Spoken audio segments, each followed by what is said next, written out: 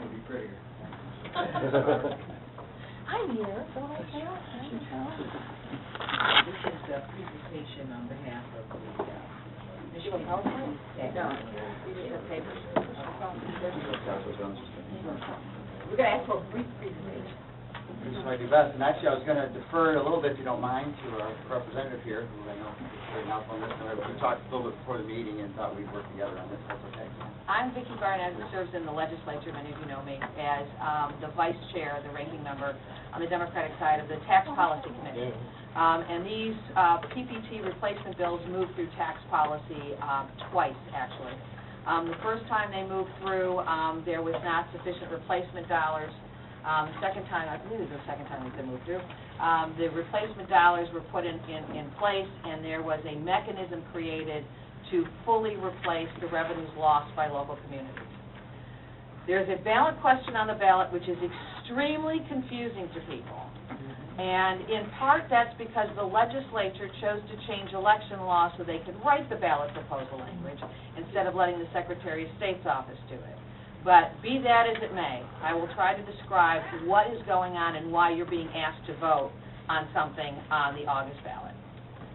The personal property tax has been an onerous tax on many of our large manufacturing businesses and has been making it difficult for them to replace their current equipment and modernize it because of the tax liability created by the personal property tax.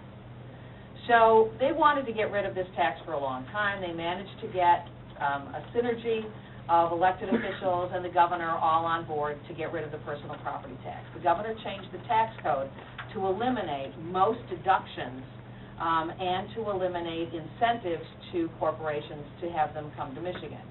So there are a long list of about $800 million of expiring tax credits that used to be taken by businesses that have been accounted for in our state budget that will be expiring over the next few years.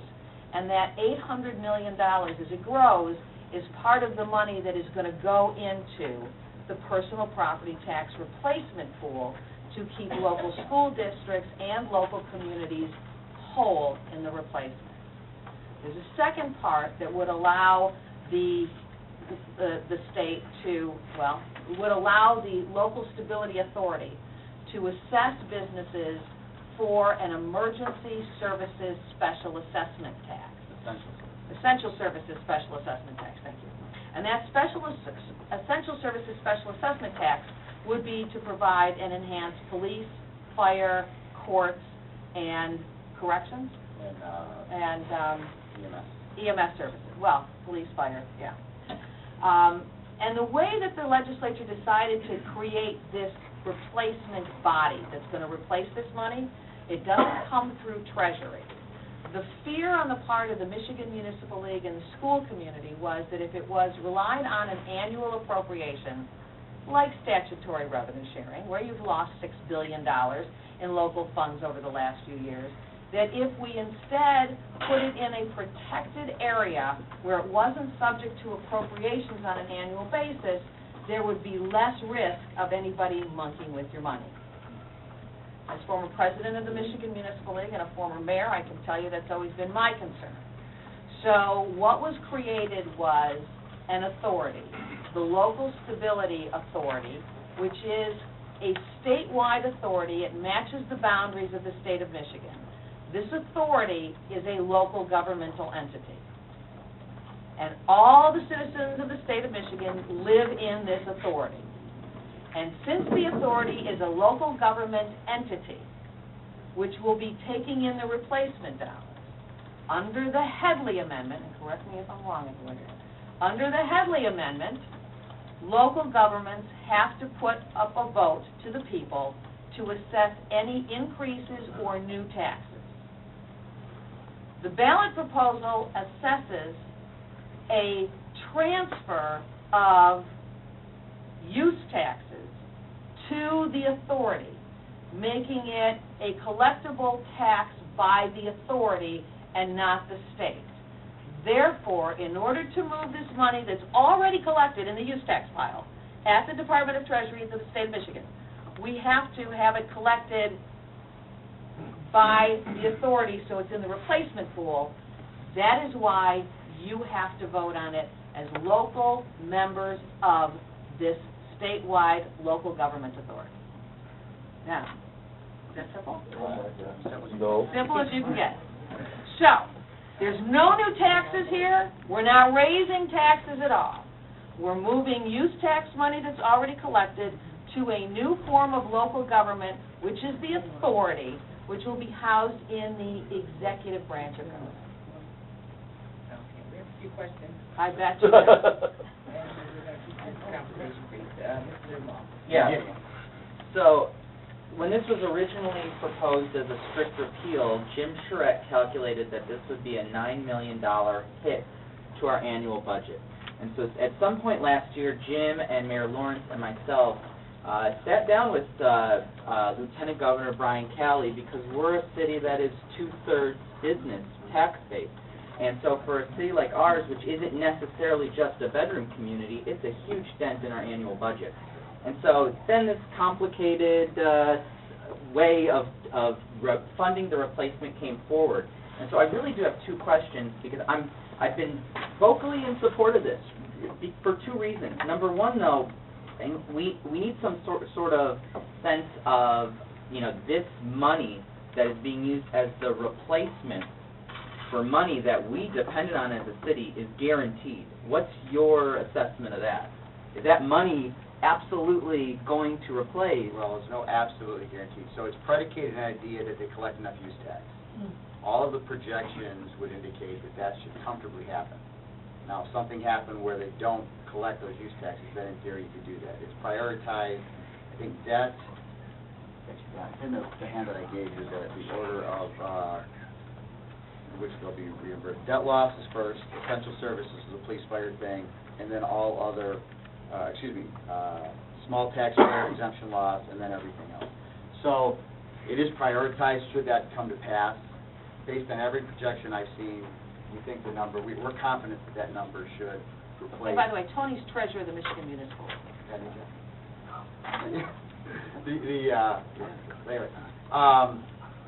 The idea is that, and that loss is based on your 12/31/2012. So when they talk about keeping you whole, it's what you had as of that date. Okay, so there's confusion in that because people look at where they are today and it's like something different. So that's the number when they talk about keeping you whole. The second comment I have is something that Mr. Fracassi brings up, and I totally agree with him. You know, this is a community that collects a lot of personal property tax to fund items in City Hall that go right back to the residents. It is the tax that we use to grant tax abatement, so it's helping us keep competitive and attracting businesses. So we're just inclined to keep the personal property tax as is and call it a day. My biggest concern is if you vote no on this ballot proposal, which just keeps the personal property tax, then all of the year and a half, 2 years of negotiation to find that replacement goes out the window, and then they go back to their original plan. Well, then let's just repeal it without a replacement, and then we're back to the $9 million hole. What is your sense that, let's say there's a no vote on this, what's going to happen with the personal property tax? I can't deal in hypothetical. Yeah. You are. I mean, there's nothing hypothetical. I want to correct a little bit about the use tax. The theory, the reason why we're projecting that the use tax will be enough is because it's a fixed dollar amount that is in the proposal that will move the tax dollars. If it's not sufficient, I'm sure there will be a hue and cry to have a supplemental transfer from the use tax fund to make it whole. Okay, so I want to make that very clear. And then there's a will to do that.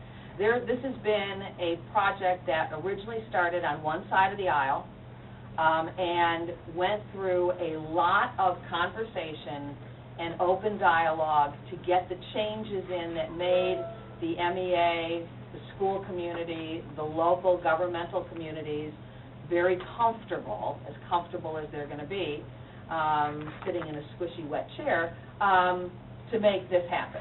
So, and don't put me on the squishy wet chair. So I'm confident that if it passes, everything that you want to happen will happen.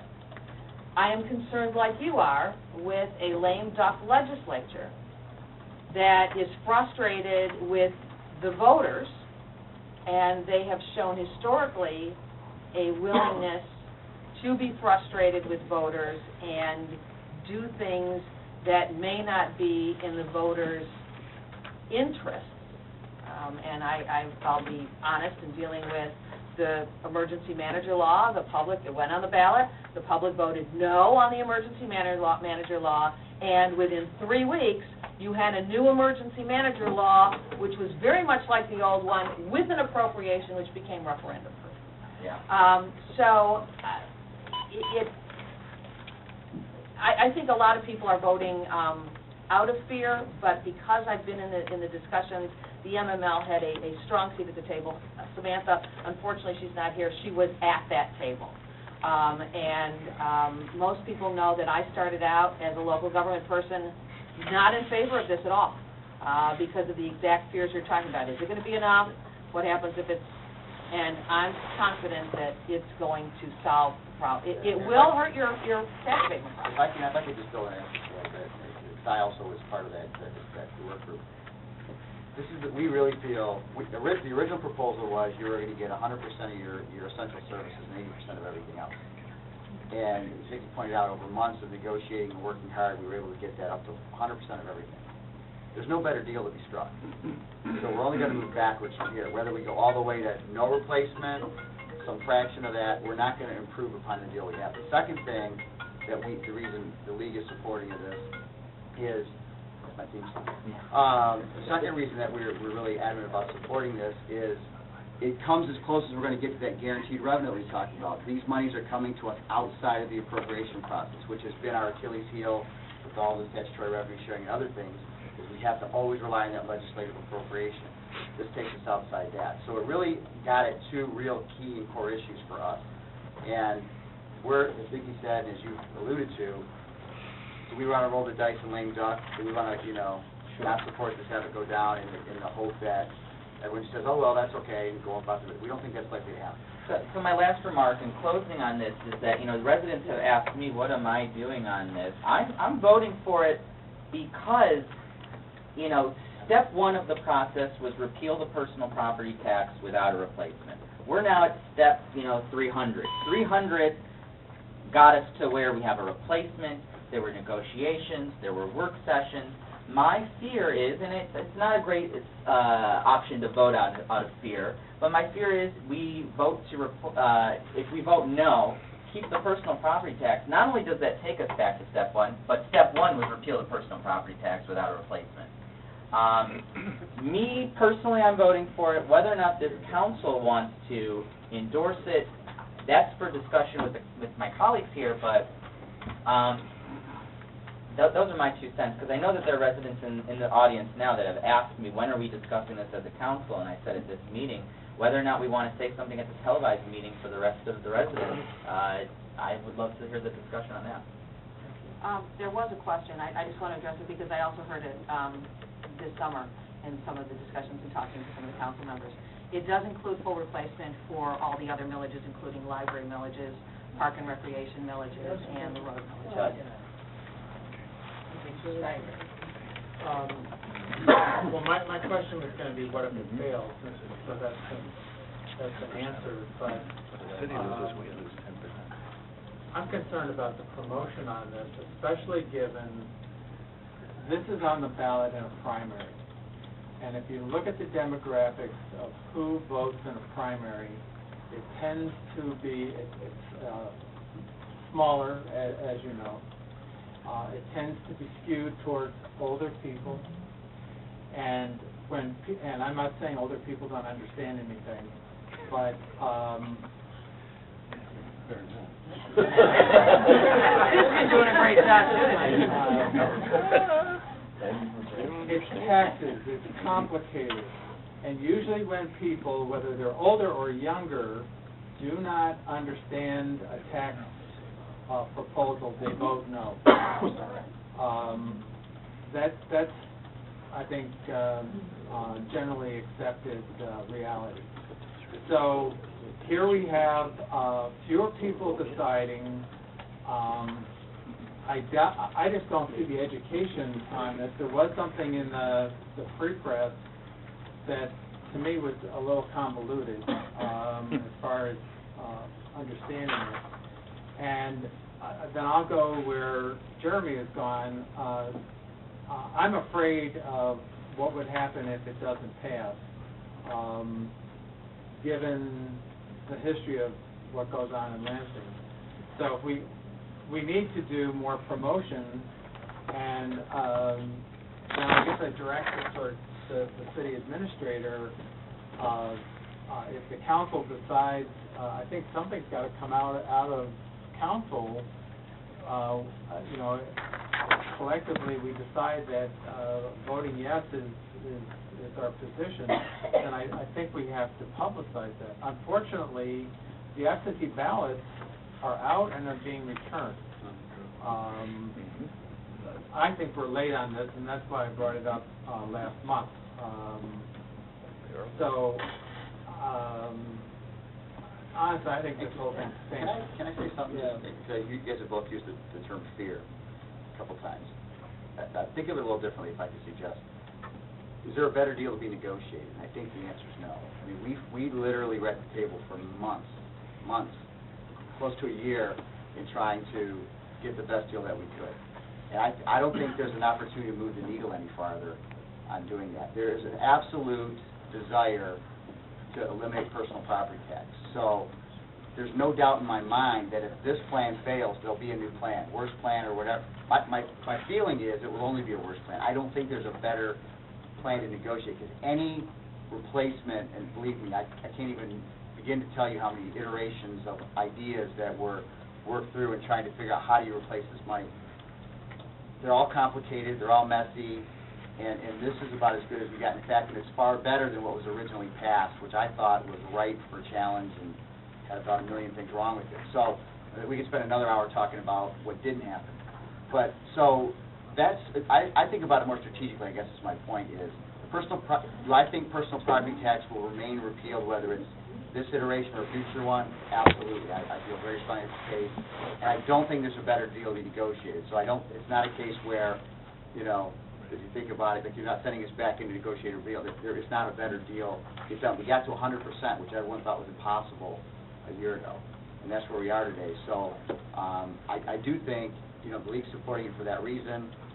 We had not provided our full support until we got that commitment for the thing. I would also say that, again, while it's not perfect, the administration did work, you know, to help get there. When we had ideas and as things came up, like debt law, some of the things Vicki was talking about, we worked, and it was a lot of different folks at the table to make it as right as we could. And so I think what you see today is the best that we're going to end up with.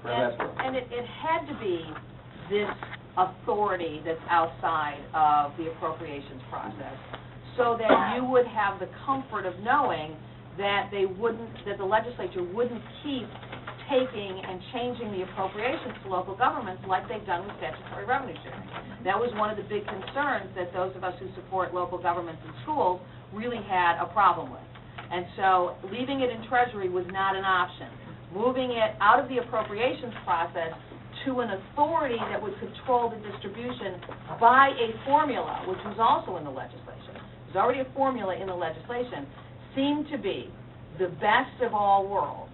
And so what we've got is a great compromise proposal that businesses are in favor of, and local communities and school districts and libraries will be kept whole without the constitutional problems of the original set of bills. And the only problem we have here is a poorly worded ballot proposal that my colleagues insisted on writing, okay, and changed election law in order to be able to write it. So if we could have had the Secretary of State write it, it probably would have been a lot clearer without any opinions regarding the support for local small businesses in it. So the ballot language is bad, but the concept and the actual mechanism is a good one. All right, so I agree with both of you, and I appreciate, you know, where you're coming from, and Vicki, what you did to help shape this. So it still goes back to who is promoting this.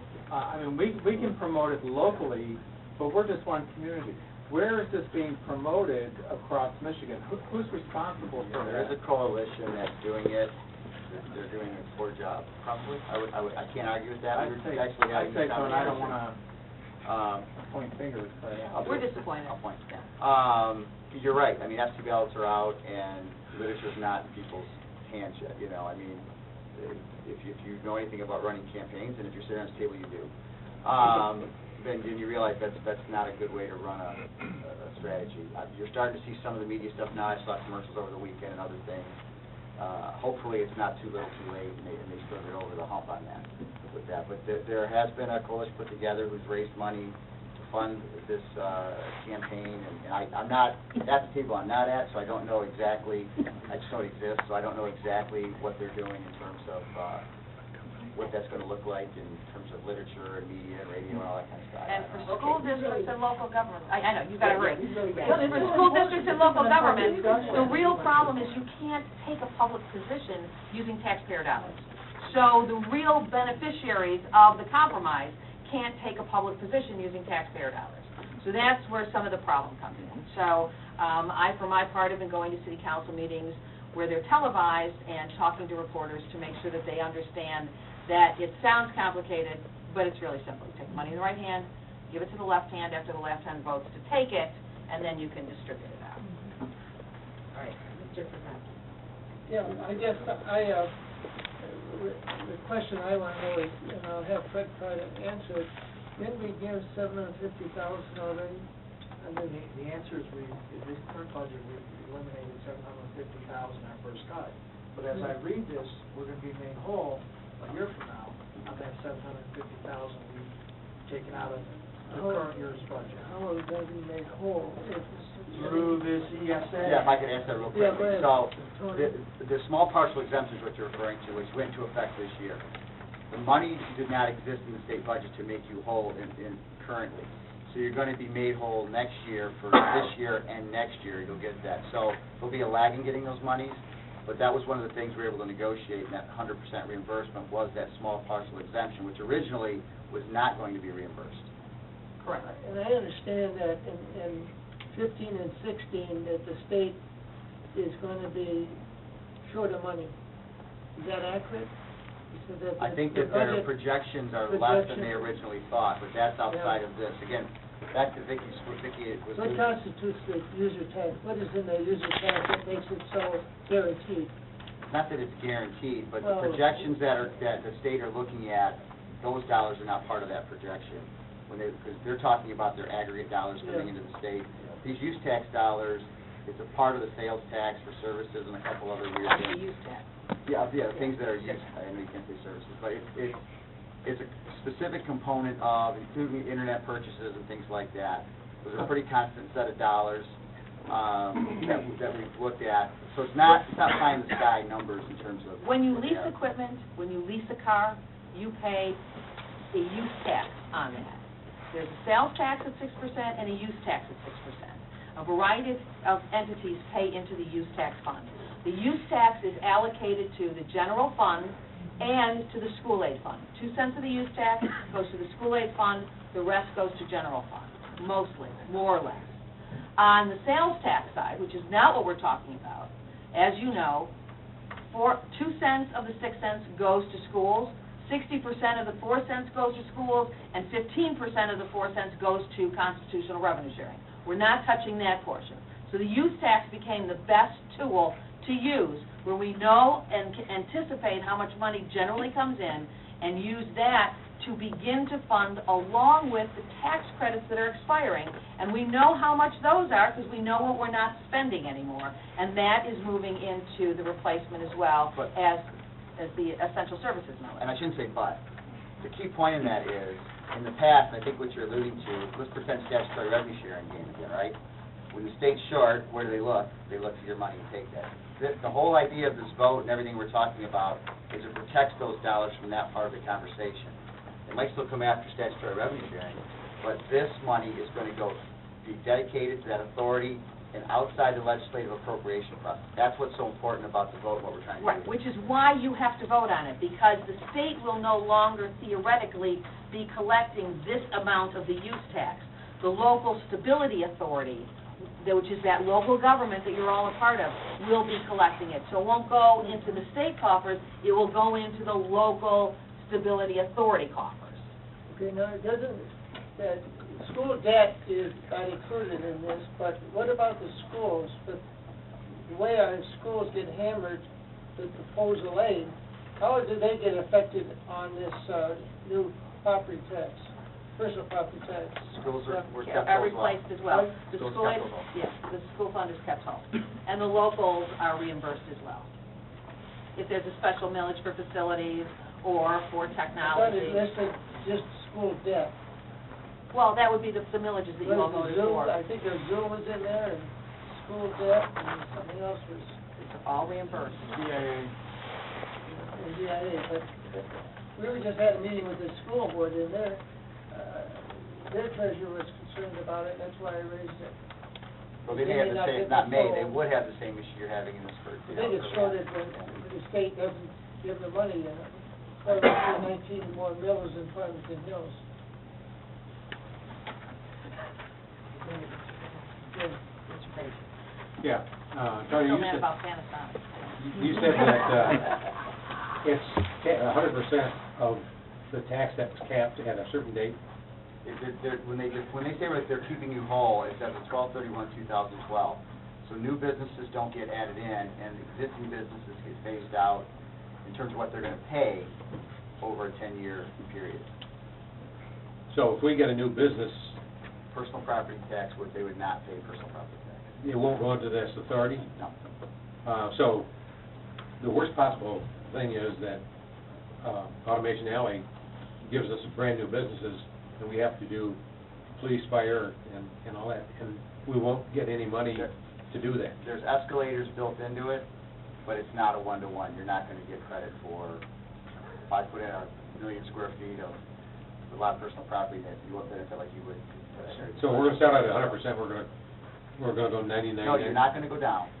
There are escalators built into it, but As I'm far as saying. dollars are concerned, the real dollars.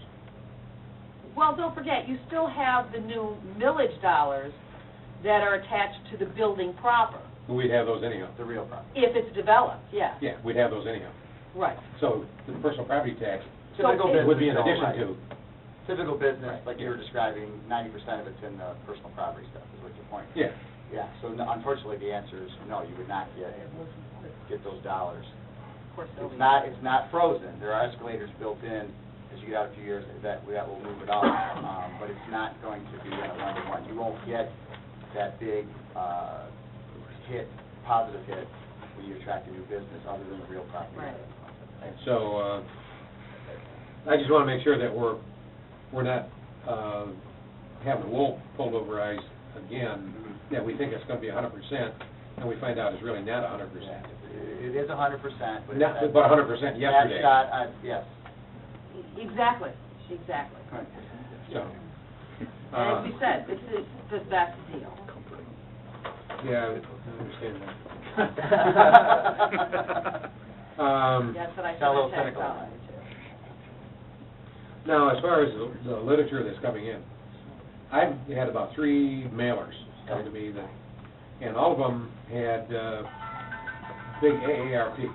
So, They're part of the whole. yeah, the focus really is toward the residential people. They're trying to say, there's no tax increase, we're gonna make it good for businesses with no tax increase. So it sounds like the literature is saying, you've been paying, you're not gonna get hurt with this tax. You're not gonna get hurt by voting yes. And my question is, what do the businesses say? Is it gonna make any difference in the taxes they pay? I know their loopholes are being closed. If I'm a new business coming in with, so the Sherry just described, they will not pay this ESA assessment. If I was an existing business, I would pay that ESA, I think up to the threshold of what I used to pay in personal property taxes. Now, the business community, we talked about this secret table that people were around. They were represented, so they were part of negotiating that deal and that structure. And so the business community actually is supporting this approach. Okay. There's Go ahead. philosophical reason, in part, why this is on the governor's agenda. And that is to make Michigan, you know, our manufacturing sector is growing. And we're being recognized as a manufacturing sector that's growing across the country. And one of the stumbling blocks has been, we're one of the few states that has this thing called personal property tax. So manufacturing is a machine-intensive process. And so when you draw in a manufacturing center, they bring in expensive personal property. It's been hampering us in terms of relocating our businesses that have started to manufacture overseas, bringing them back and reshoring them from their offshore premises, in part because of the personal property tax. And it has been hurting many of our businesses that are manufacturers that want to upgrade their equipment. And don't forget, when equipment is upgraded, somebody had to make that equipment. So it creates jobs, it recycles through the economy, and this is the logic for it, and it's pretty sound, actually. So they want to upgrade their equipment that's more fuel efficient, that's more personnel efficient, and they can't do it effectively with the personal property tax hanging over their head in the state of Michigan. They could go to Indiana, they could go to Ohio and do it, but it's more difficult for them to do it here. We want them to come here.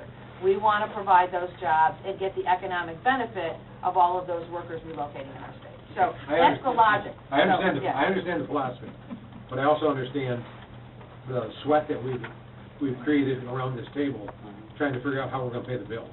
And I just don't want us to get blindsided with Edith's something. gone. Pardon? Edith's gone. Yeah, it is. And I just have two quick questions, and one of them is, suppose we have a business that's in the middle of an abatement. What happens to that? Good question. You don't, when they come off, I apologize, but my recollection is that abated property never comes back out. Because whatever it was in 1231, 2012, snaps that aside. So they're abated in 1231, they say essentially that portion does not come. Okay, so what we're counting on later on won't get there. Sterling Heights I remember they negotiated some major abatements to keep the plants there, and the thing is, plant was already back down, and it's not going to happen. Dearborn did too. Okay, and the last question is, this authority, who is running this authority? Gubernatorial appointee. Yeah. Should have stopped. Now, they do have limited. Should have asked that first. But Yeah, I mean, we're on a roll there for a while. It's not like they have wide sweeping authority. They exist to distribute this money via the statute. And the statutory formula that was created. As long as they're There is a formula. they have a very limited flexibility, that's. Yeah, and the formula was, I'm telling you, was very difficult to craft. As Vicki pointed out, the reason they exist is because we need to create something outside of state government, and again, it happens to be the entire state, you know, it's one of those kind of things. So there's a practical reason it had to be created. It was to give those guarantees and protect that and insulate investment. And quickly to Councilman Percassi's question, the state is still anticipating adequate revenues. It's just that the surplus we were counting on is not as great as we thought it would be. So we're dealing with a question of surplus here and not a question of actual funds coming in. We are not below our projections. We're below what we had hoped would be our surplus. So hope that answers that question. Yeah, I'm really glad that you came down here to talk to us about this. The ballot language is terrible. Yes, it is. I mean, really, no one's going to know what they're voting for. At least I don't think they will. I have to say, I've never liked the use tax. To me, it just seemed like an unfair thing. So I'm going to support this. But I'm so glad you came down here. And there's so many problems with the way the personal property tax penalty that it's put on people and the way it actually hurts people that wanted to expand. So it makes a lot of sense. Thank you. I just want to go off of what Myra was saying. For example, if you have a fixture, a machine, you get depreciation both from the city and also the federal government. Right, that's his accountant. I'm not an accountant. I'm a financial planner, Yeah, but. financial planner. Anyways, you get depreciation. When you buy it, you get tax deduction from the federal government. Now, when that's depreciated out, now you go ahead and you buy new equipment, so you can start depreciating now at another price. Now, is that portion of it off the personal property tax as well? What, personal property taxes, if this ballot proposal passes, personal property taxes will phase out. They will be gone. And personal property, as you pointed out, is a depreciable asset over time. So it's never been a great one for local communities to count on all the time anyway. But whatever that fixed number was, in whatever the depreciation schedule showed, whatever you were collecting on tax day, December 31st, 2012, that's your fine line. You know, what's funny is all the articles written about Minnesota's taxes are higher than the state of Michigan, and yet they are growing faster with corporations moving into Michigan. So I don't really think that giving that abatement helps at all the corporations. They're still gonna need police, fire, and I'm just I think Minnesota's though, if memory serves me correctly, they're higher in sales, they're higher in income. Yeah. But I don't think they have. They don't have a personal property. No, they don't have personal Yeah. property, but the So taxes it's not what you overall pay, are it's how higher. you pay it sometimes. It costs you more money to do business in Minnesota than. Right, you can't fix roads with no money. But it's still not coming into Can't- Michigan, they're still choosing Minnesota. And I guess it just disturbs me because being a businessman, I do not want to go into my shop and go down a bumpy road and then go into a dirty street and go inside the store and be held up and the policemen don't come to 2.5 hours. That's a philosophical But I discussion know that you that. and I share. But Well, we'll talk about that what I'm later. trying to say is business don't locate just because it's taxes, they deduct it. Some of us have known that for a long time. Yeah, you know, Tony, you had mentioned that there was kind of a universal disdain for the personal property tax, but the reason we're having such trouble with it is because I think you found the 7 people in Michigan I who didn't mind it. It was $9 million, you know. There's at least 100 of you. Yeah, yeah. So, to move this conversation to an actionable item, I really think it would behoove the city of Southfield if we did pass a resolution at our next televised council meeting urging people to vote for it, given the information, given that the option of voting no is really not an option for our city. Have other communities passed a resolution in support of it? I would maybe consensus around the table through the council president, but I'd love to see that resolution. Although you did, I don't think you listened to Vicki, what she said. It couldn't be done. And No, when you we did proposal, can't spend money on sending out flyers promoting. Right, we need to have We a could pass a resolution. resolution. We need to make it such simple language that people will understand. Exactly. Because the ballot proposal is convoluted. Right. Let's go around and do a consensus, and we'll come back to your question. Are you interested in this? Absolutely. Yeah. Mr. Diver, Mr. Frazier? yeah. Yes. And I am as well. Mr. Mann? I'm not sure. Okay. Your question. We could do an education piece that doesn't say vote yes or vote no. And I think we ought to put something out to at least let people know the impact of the personal property tax on Southfield. Most people don't even know there's a personal property tax. I don't think the average. And the name is bad. And they don't, They think it's my personal property. Right. well, that's why it's aimed at the residents. Thank you. When, Welcome. when Proposal A came out, the council took the position, but each council member tossed in $100. I think it was $100 a piece for the printing and mailing and stuff, so it wasn't, we weren't using it. Well, I'd be willing to do that. I would say. Well, gubernatorial lawyer appointment.